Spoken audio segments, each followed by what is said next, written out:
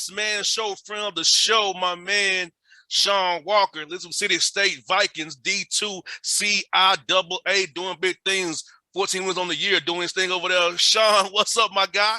Hey man, what's going on? Appreciate you taking a little time out to have a little guy like me on the show.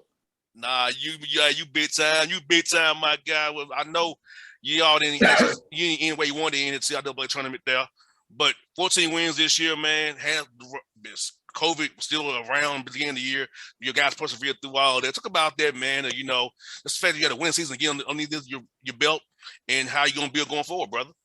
Yeah, well, this year was a taxing year for us, and not so much for COVID. You know, started last July. I lost my best player to transfer to the transfer portal, and transferred up to UMass Lowell. Starting point guard 25 days before the first day of class. So obviously you can't replace that. I had two guys, a junior college All-American that came in and decided that he was going to leave, had a NIL situation before it got approved. He went home. I had a foreign student that left the country at Christmas and couldn't get back in the country. F1 visa had expired and still out of the country, couldn't get back after the Christmas break. Then my best player, averaging 17 points a game, had a torn plantar fasciitis on January the 6th. So it was a tough year. So one of the things I'll say is 14 and 13 doesn't sound like it's great. Obviously, it was our first plus 500 year here at Elizabeth City since 2014. But based upon what we were forced to play with, we had a decent year. We grinded it out, and so I'm looking forward to the future. And obviously, hopefully, we'll get some good fortune moving forward, and won't have to deal with some of those things in 22, 23. That's what I say all the time, Shawn. Like the record that you all have, you don't know the story behind that record, you know, because it may not just, like you said, like you laid it out. It was stuff, you had real life stuff going on that took talent off the court for you. Absolutely. So if fans don't realize that sometimes these 80s search firms realize either that, hey, this dude really coached his butt off based on what he had to deal with to get these 14 wins. So I think you letting it out that way, I think it helps listeners understand that, hey, yeah, it's more to it. You got to really look at the totality of that record, what went on around it, to why the record is what it is. Absolutely. People who come to the games, and sometimes even your administration, they don't pay attention to the dynamics that surround your situation. And so really and truthfully, this year I ended up starting a 6'2" center this year. Who's a kid is going to ultimately be my most valuable player, not because of his numbers, but because of what he had to do for us on a night-to-night basis. And so you know, we finished in tied for sixth place in our league. we had a couple of bad nights, but for the most part, we competed every night, and we probably gave away 3 or 4 games that we could have won. Not the games that we were supposed to win, but games that we were right there to win, where we led inside of 10 seconds, 11 seconds, and lost at the buzzer. So we're very proud of the kids. We essentially played 5 walk-ons coming inside January all the way through the end of the year. And so I'm happy about that. But at the same time, moving forward, we're hoping that we won't have to do that as much next year, and be able to get ourselves in a position to challenge for a CIAA championship. No doubt. And Shawn, with the way the portal is going now, where recruiting is going for guys out of high school, I feel like now you all can kind of stack up fast because they're not going to these events that they usually go to. The D1 guys aren't. So right. It's really D2 and JUCO guys there. And how do you go about convincing a JUCO kid that, hey, man, maybe come play D2? And then if you want to move up, you can. Know it may hurt you down the road, but give them the opportunity for that 1 or 2 years. Maybe say, hey, come here. If it works out for you, then move up. And so how do you kind of talk that with young men, because ultimately it's about them and their careers. I know you want to win games too, helping them kind of find their right path to go with their basketball career. Well, with the junior college circumstance and the high school circumstance, it's not a difficult sell at this point to talk them into going Division II, because that's all they have. All right. And then there's not enough Division II spots. So our high school kids are really getting caught. Junior colleges are getting players that they normally would not be able to get that are qualifiers because of the transfer portal. Division II, we're filtering through the transfer portal as well because there's just not enough spots for everybody. I read an article the other day that said there were over 1,100 Division II transfers in 21, and 800 plus of those transfers didn't end up on a roster this year. All right, so that transfer portal goes from Division I transfer portal. Obviously, they're recruiting right off of that portal. Kids are leaving places and showing up on additional rosters with COVID also caused kids to be able to get an extra year of competition. So people are trying to get old quicker. You have low major players and mid-major players that are transferring up to high major.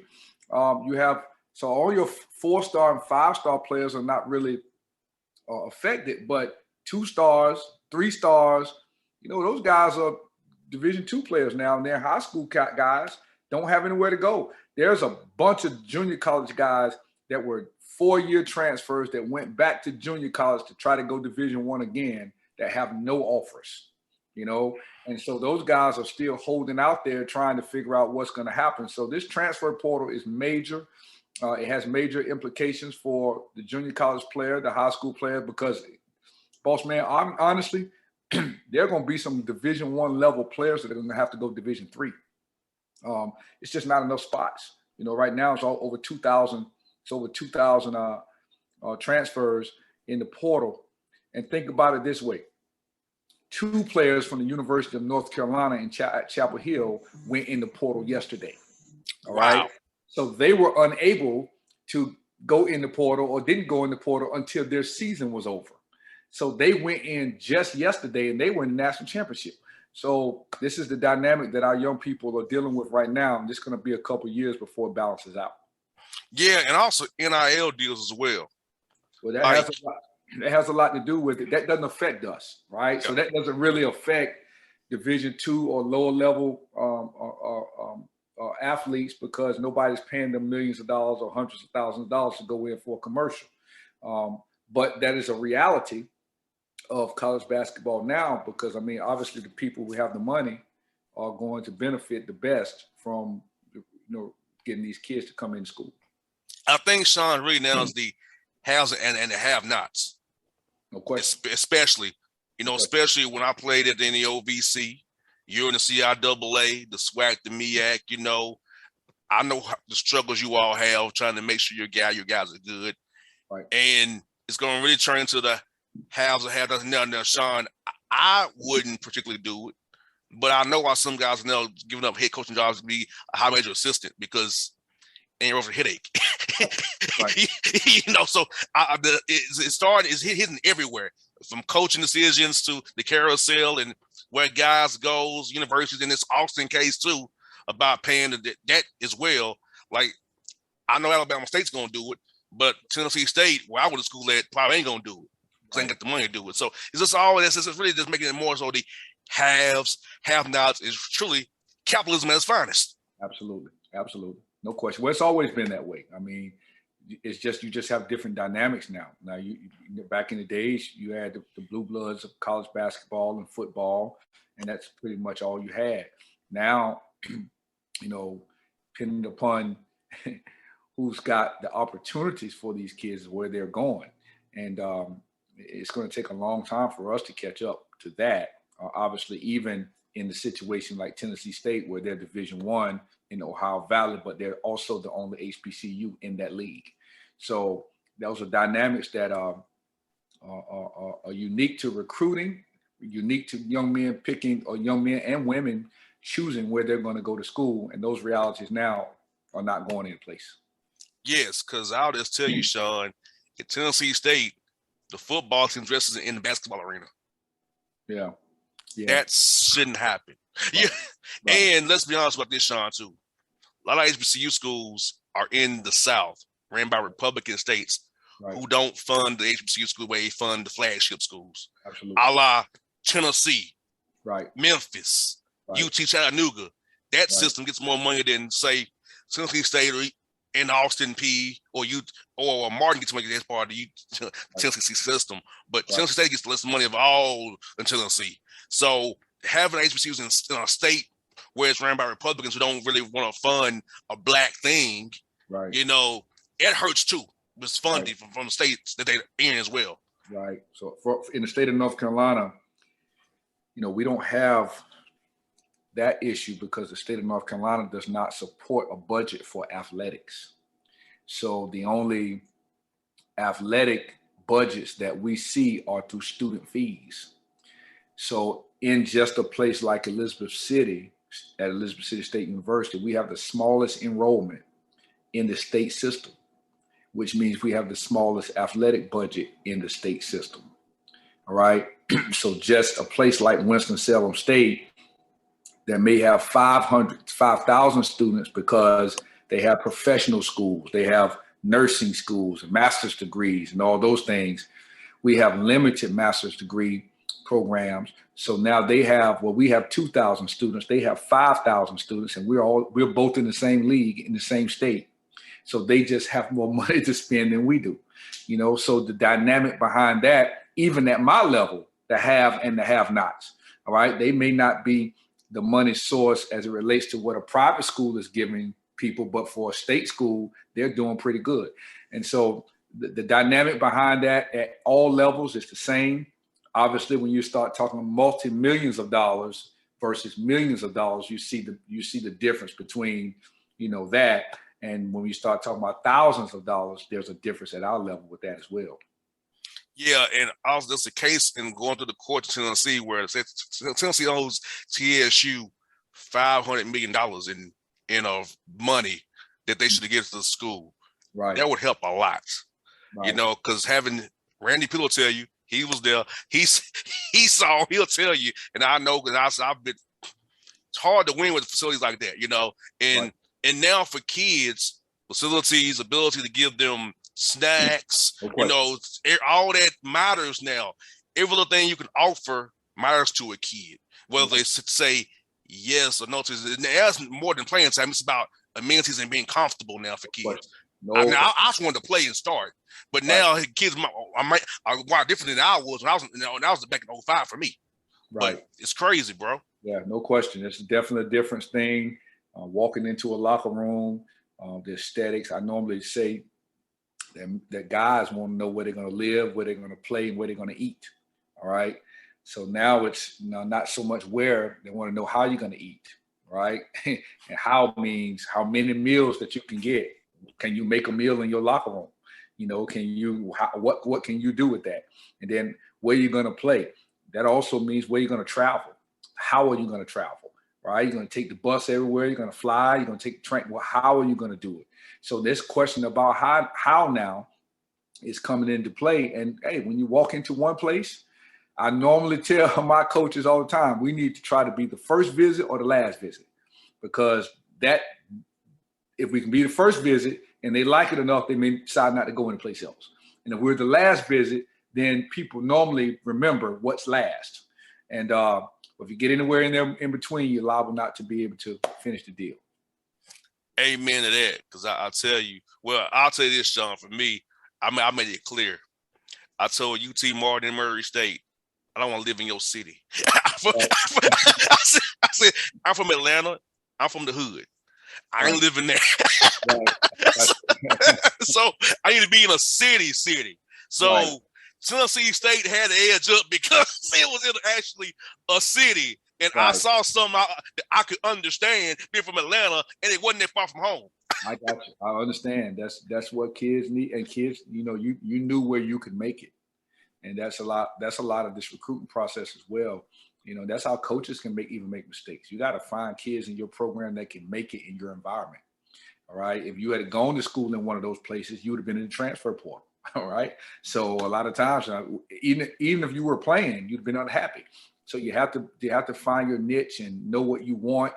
And that's what you were able to do. And that's what, coaches that are watching this, or parents that are watching this, can learn a lot about that. You got to find a place that you can make it, not just a place that you can play.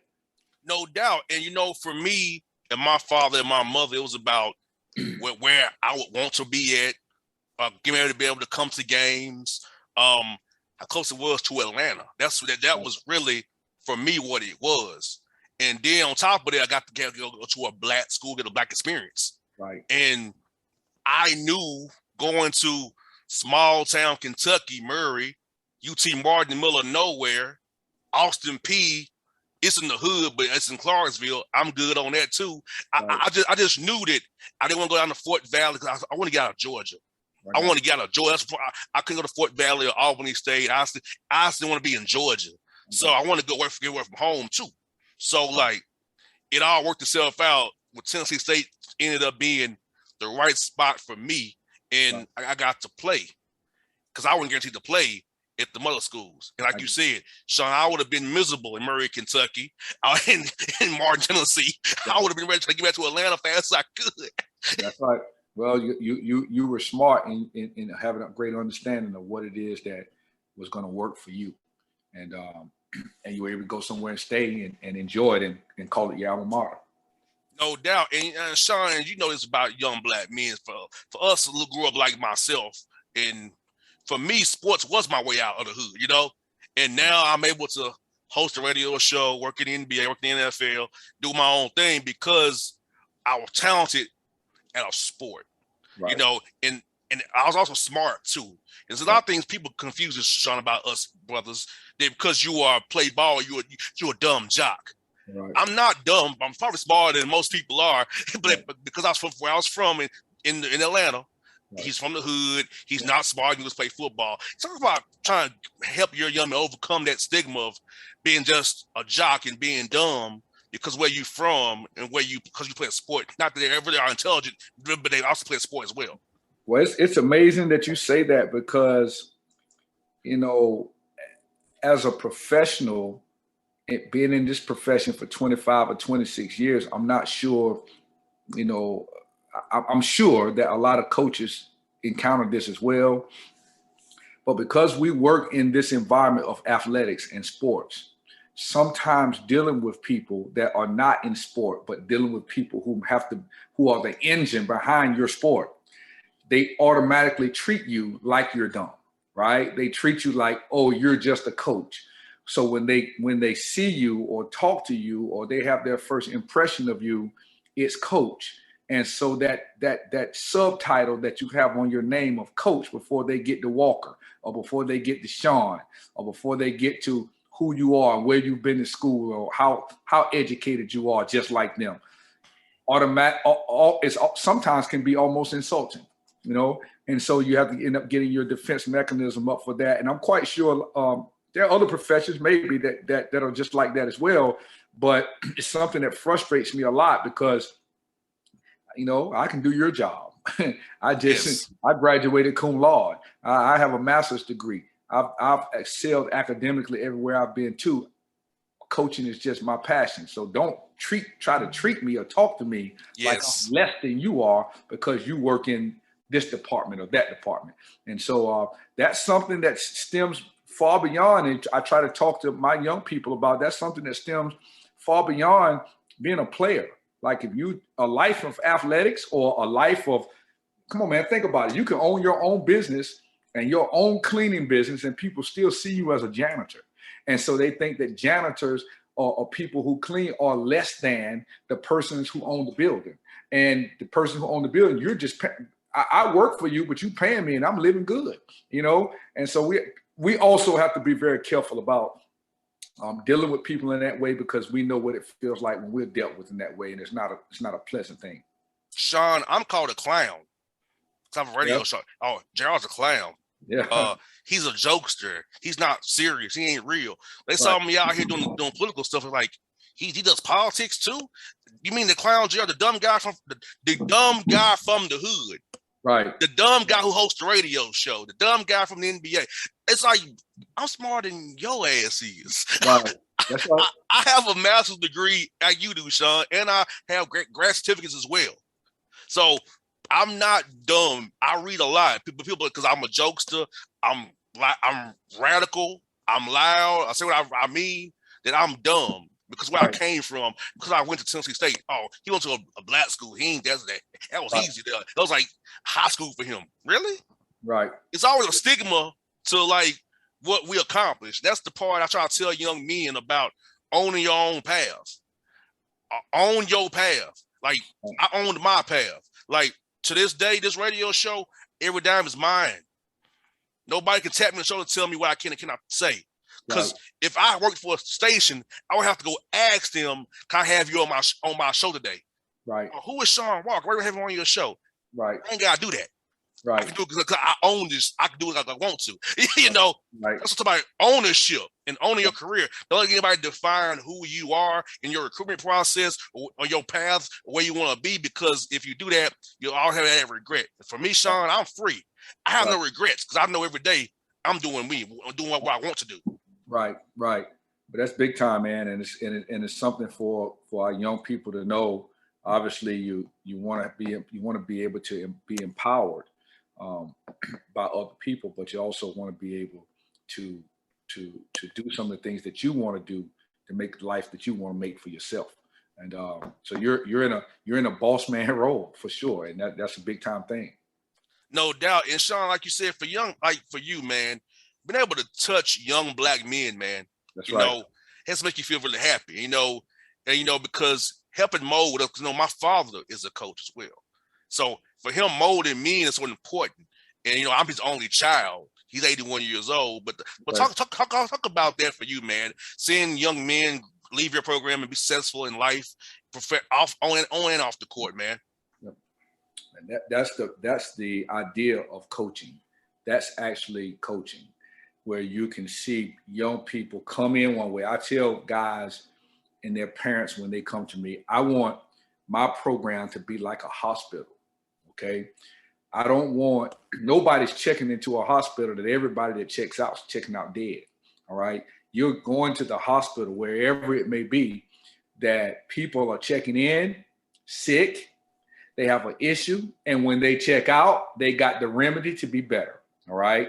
And the better the hospital, the more people are living.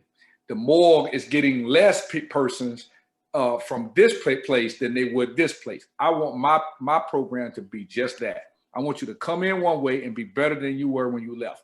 And if you're that, then you're going to be an ambassador for not only the program, but for the university at whole, at large.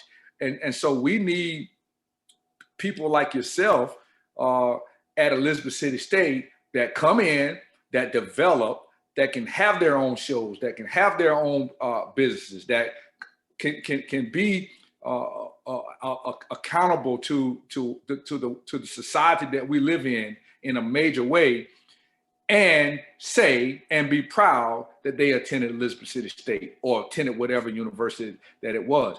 And so that's everything for me. I've got a former teammate of mine who started a scholarship in his father's name for men's basketball. I have another young player who's in real estate in Maryland that came back and called and says, I want to have a scholarship in my name for ECSU basketball, and all different types of elements of guys that are out there that not only are doing well in life, but will go their own ways later and send you a kid. Like that. I had a Facebook message yesterday of a former player of mine that says, hey, here's a kid in my neighborhood. I want you to coach him. All right. And so that lets you know that you have a great relationship with your players. You have a great relationship. They know when they leave you that they've gotten a lot out of being around you and dealing with you, and they want someone else to have that experience. And those are the things that they don't know when they're playing for you. And so once they leave you and think about it, and that makes you feel good. That makes me feel really, really good when that happens. You know what's funny, Shawn, is this, man, thinking about my time at Tennessee State. I used to go to a basketball camp. So Will Jones, who was a GA when I was there, was part of one of my camp coaches, Okay. He was a GA there. And me and Will Jones are tight as can be because we started together. Like, we pretty much started off, he a little older than me, but we had that relationship. Like, man, Will Jones was like, we did the same damn thing pretty much, right? And made our own path, right? So seeing that and how it works, man. The bonds you have, like with Penny Collins. I knew him. He was over at White's Creek in Nashville. Right. Saw him. So like all these different guys, man, is just funny, Shawn, how his basketball world, how we're all close together. Now, of course, I chose football, but I played a basketball long enough to be in the circle, right? So it's like seeing us all trying to impact young men in our own different ways, man. For me, it's the radio, and it's being an example. You all actually coaching these young men. It's amazing to see what you all are doing for young black men, making young black men be better in this world where it's against us, trying to fight through that and be better, rise above it. Now, I thank y'all for helping these young men do what they're doing, brother. Well, that's great, man. I appreciate that, and the impact that we try to make, that you try to make, is an important impact on the society, and so we can dispel all the negative things that we hear about our young people. All right, about our young men, but primarily, I deal with black young men, but our young men. Period. I mean, it's almost an attack on men sometimes, in the terms of what we deal with today. And so again, you're very impactful. Just the conversation that you had with my son the other day, he's excited about getting the opportunity to meet you and have an opportunity to learn about what it is that you're doing. And so for me as a parent, I want him to be an athlete. He's a scholar, but I also want him to be around different types of men, different types of people who's not just coaching, but he's not really interested in radio, but he's totally interested in what it is you do. All right. He's totally interested in being successful and making money and all these things, which are things that he needs to be interested in at 22 years old and coming down the third quarter, fourth quarter of his college basketball career, his athletic career. Because at the end of that, when that ball stops rolling, he's gonna have to go to work. Mm-hmm. Right. And so college is not about going to work. It's about trying to figure out how to sustain your earning power. And so you need a village to learn how to sustain earning power and save money and work while you're young, so you don't have to work so hard when you're old, and all those different things. And so the power of the tongue and the power of relationships and the power of success should trickle down and filter down to these young people, and that's what our responsibility is from your seat and from mine. Yeah, I love showing young men the business of radio because they find it amazing how much goes into this. I just don't show up here and just start talking. Absolutely. I gotta research who I'm talking to about. Absolutely. I gotta go sell this thing. I gotta talk to people, go have meetings with people downtown, and go meet them at their barbershops, meet them at their businesses to say you want to promote yourself on my platform. I have to go make deals for affiliates. I mean, it's more than just, hey, come on air, chop it up with you for 35, 45 minutes and I'm done. No, it's layers to this radio game to make you do what it do. This is the easy part for me. If you're going to be good at it, you got to put the work in. And that's from every job. And that's what people need to see. They need to know it takes research. It takes reading. It takes relationships. It takes a whole bunch of different things. People would not understand what it is that you actually do because they only see the outcome. And it's always important for people to be able to see what's on the inside of your success. Now, Shawn, I've been doing this since 2009. I started in August of 2009, right? I got my degree. I knew it wasn't going to work out for me sports-wise. I got right into this business.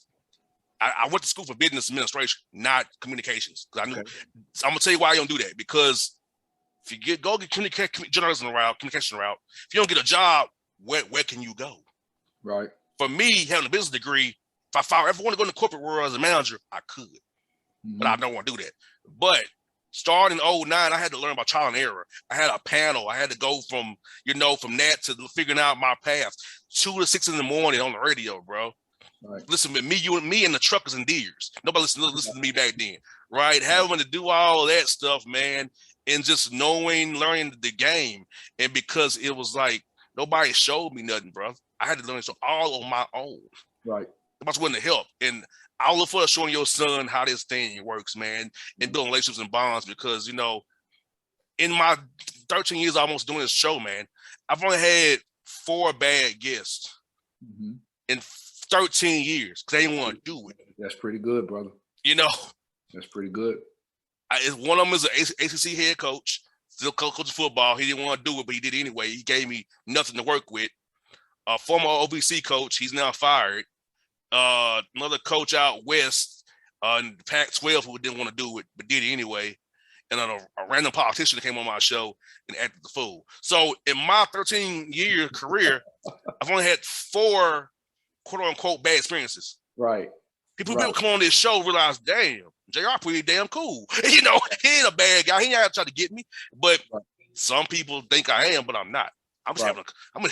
I don't have Shawn. I ain't got no iPad in my face. I'm just talking to you. Talking. I don't have to have a set list of me asking this question or. I just do it. Right. That's the way. So your genuine nature makes your show do what it does, and so that's a lot for people to understand as well. You just be who you are, and some people are gonna like you. That's one thing that my dad used to tell me. Some people are gonna like you. A lot of people probably like you. And some people just not going to like you no matter what. And so, you know, what you got to do is just make sure that you do good by people. And so that's why I try to live my life by. And it sounds like you're doing the same. No doubt with Shawn. Thank you for your time today, my brother. It was fun chopping up with you again. And I will be showing you some of the ropes for sure, man. When soon this Hawks run ends, I'm going to make sure I show him what's going on. Well, for your sake, let's hope the Hawks keep rolling. And you keep traveling and you keep doing what you're doing. And then after that, after you finish getting that check, then, then he can spend some time with you. Yeah, I hope I'm in Miami on Saturday, brother. Yeah, I bet you do. For more reasons than not. Yes, sir. Hey, bro, it was fun. Let's do it again real soon, my guy. Absolutely. Appreciate you. No doubt.